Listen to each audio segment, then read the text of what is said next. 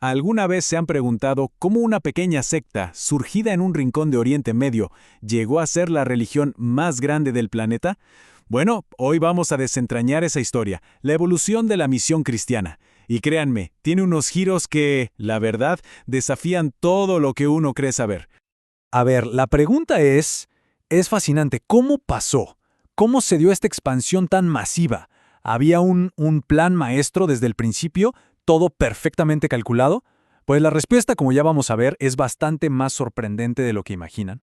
De hecho, fue todo lo contrario. Nada de una estrategia súper planificada desde arriba, no para nada.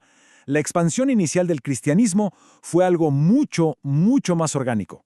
Casi podríamos decir que accidental. Imaginen esto. El crecimiento inicial del cristianismo se pareció mucho más a un fenómeno sociológico. Piénsenlo como algo que se vuelve viral hoy en día. No fue una campaña de marketing organizada, sino una propagación de boca en boca.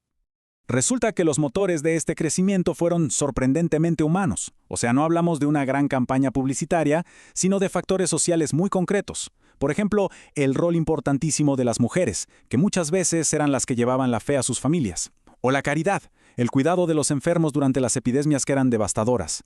Claro, en un mundo tan incierto, estas comunidades cristianas ofrecían una red de apoyo que era increíblemente atractiva. Y aquí está la clave de todo, ¿eh? La fe no se expandía en grandes estadios o eventos públicos, para nada. Se movía en lo íntimo, en los lazos familiares, en la amistad.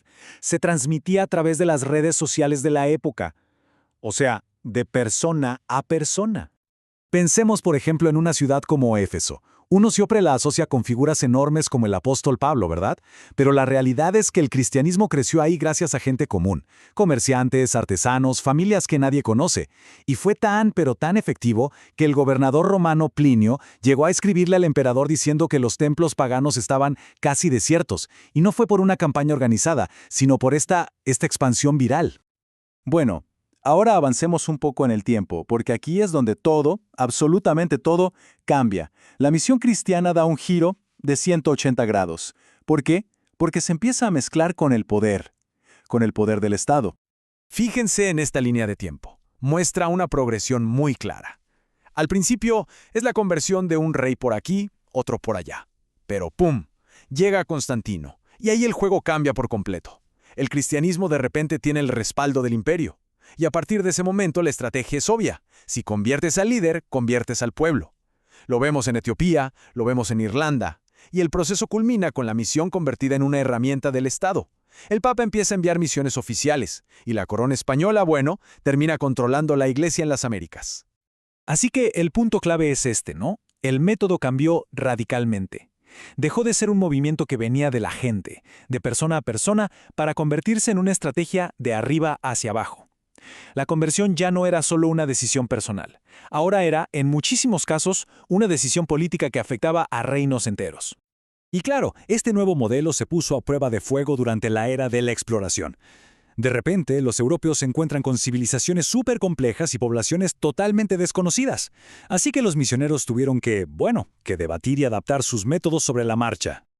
Y aquí tenemos dos ejemplos que son como la noche y el día. Por un lado, China. Los jesuitas, como el famoso Matteo Ricci, ¿a quién se dirigieron? A la élite, a los intelectuales. Y no llegaron imponiendo nada, sino compartiendo conocimiento, ciencia, astronomía, presentando su fe casi como una filosofía que podía complementar lo que ya existía. Ahora, vámonos a las Américas, un mundo totalmente distinto, con poblaciones dispersas. ¿Qué hicieron? Crearon las reducciones, básicamente aldeas misionales para supervisar cada aspecto de la vida indígena. O sea, un enfoque era diálogo, el otro, control. Y estas imágenes lo dicen todo, ¿no? Miren, Ricci no llegó a China solo con una Biblia bajo el brazo, ¿qué va? Llegó con mapas del mundo súper avanzados para la época, con instrumentos astronómicos, con ciencia. Esas fueron sus herramientas para abrir puertas, para ganarse el respeto de la corte imperial. Quería demostrar que su fe no estaba peleada con el conocimiento. Ok, ahora entramos en una nueva etapa, la era protestante. Y con ella aparece una figura distinta. El misionero que es al mismo tiempo explorador, científico y hasta aventurero. La era de la exploración, claro, abrió el mundo a una fase completamente nueva de la misión. Y si hay una persona que encarna esta era, con todas sus luces y sombras, con todas sus contradicciones, ese es, sin duda, el legendario explorador escocés David Livingstone.